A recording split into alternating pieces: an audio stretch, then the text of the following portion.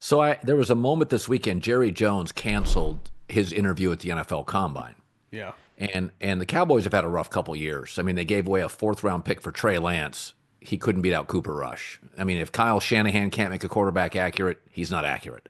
They gave up a fourth round pick for Jonathan Mingo, the wide receiver, 5 catches for the Cowboys. And again, both those moves, we all kind of went, eh. Meanwhile, the Commanders gave up a fifth round pick for Deebo Samuel.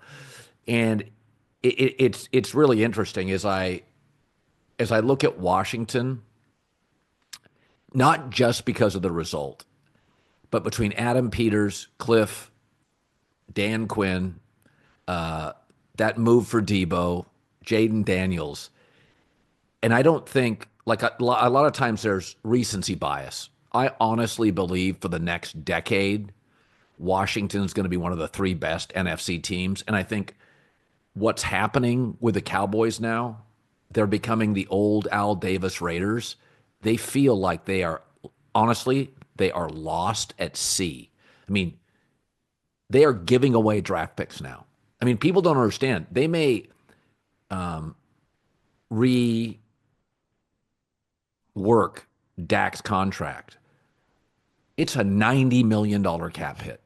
That is over double Josh Allen. They can rework it all they want to what, 58? I said this a year ago. I said they're going to start a decade of regression.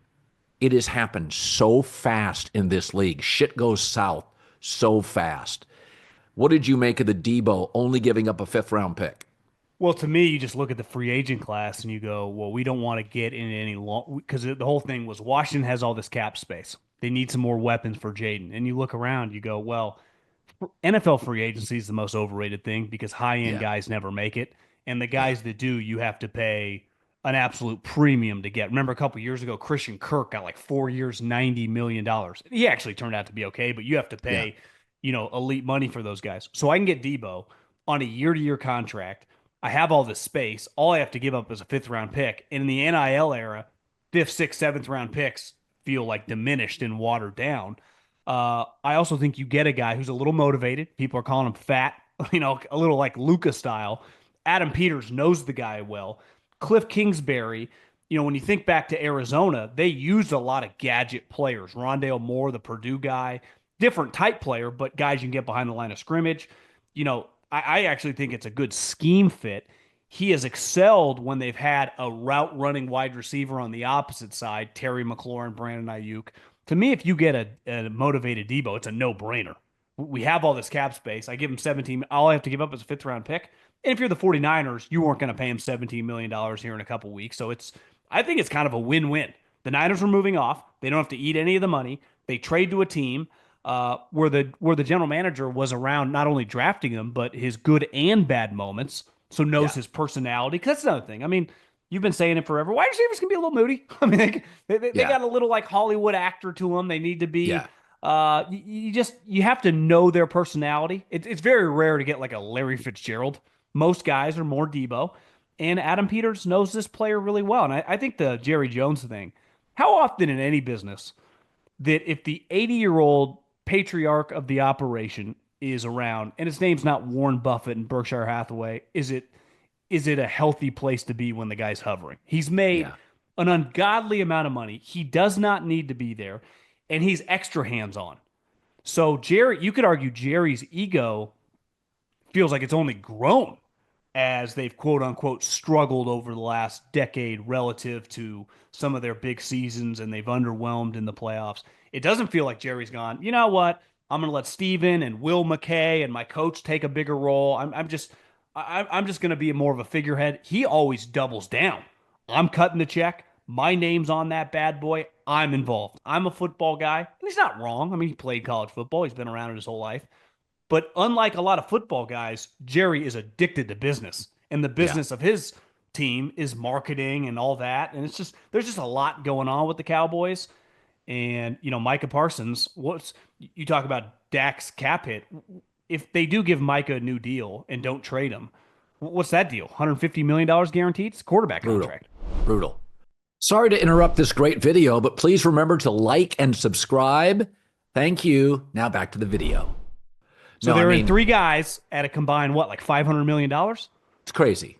I mean, you can't have three different players top of the market when only one of them, CD Lamb, is top five at his position in the NFL. It's like, I mean, it's.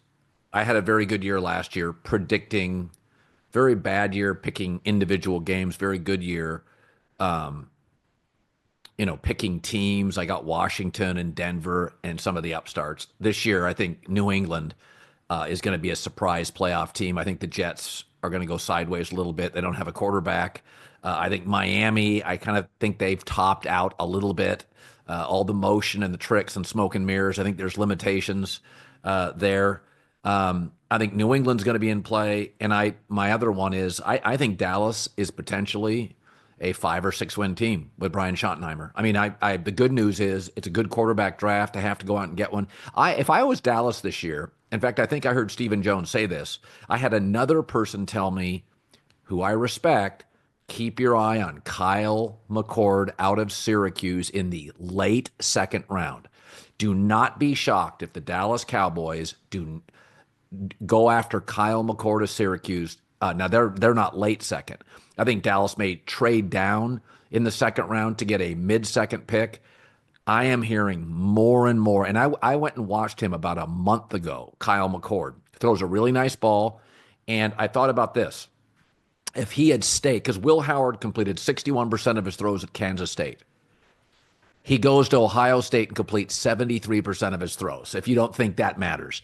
If Kyle McCord stays at Ohio State with Jeremiah Smith and Ibuka and the two NFL running backs, and Kyle McCord, who's a much better pro prospect than Will Howard, it's not close. Will Howard is like late fifth, sixth. In fact, somebody today texted me in the NFL, he thinks after the combine he's a 7th-round pick. I think he had a bad combine.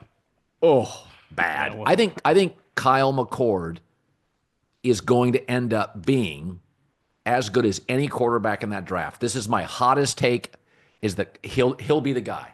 Tell me I'm wrong. Well, I think, yeah, I watched a couple Syracuse games this season and went, this is the guy that Ryan Day, because let's face it, they blamed him for the Michigan loss 2 years ago, right. and he got kicked out. And so I believed him. I was like, hey, this guy, if he can't make it there, maybe they're right.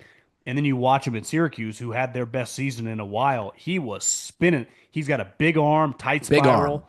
I think him and Jackson Dart, because there are so many question marks with the top two guys, with Cam and Shador. If you're talking about two guys that you have to draft in the top, I don't know, one guy in the top 5, the other guy in the top 12. You can get these two guys. Historically, McCord is not going to be a first-round pick, but even Jackson Dart would also have been a second-round pick. You could find the Derek Carrs, the Jimmy Garoppolos, these guys that can start for you, and if you do a good job building your team, you can win with. I think the problem for the Cowboys is if you look at the Dak era, they really only had to deal with the Eagles. Right, just kind of went back and forth over the last 10 years, right, with Doug Peterson and then Sirianni era. Well, now it's not just the Eagles, it's Washington too. So you add another team, because Washington up until last year was a joke. The Giants have been terrible for a decade plus. So now the Cowboys don't just have to deal with the Eagles, they have to deal with Washington. I mean, that's a huge problem. And even if they do draft McCord, Jackson Dart, whoever, let's say they draft a second-round pick, that does nothing for them in 2025. And honestly, it does nothing for them the next couple years. They're kind of just hoping to get their Jordan Love, which is good big picture team building. But it does not help them trying to beat the Eagles or Washington in week 7 when you're 3-3 and your season kind of feels like it's teetering, right?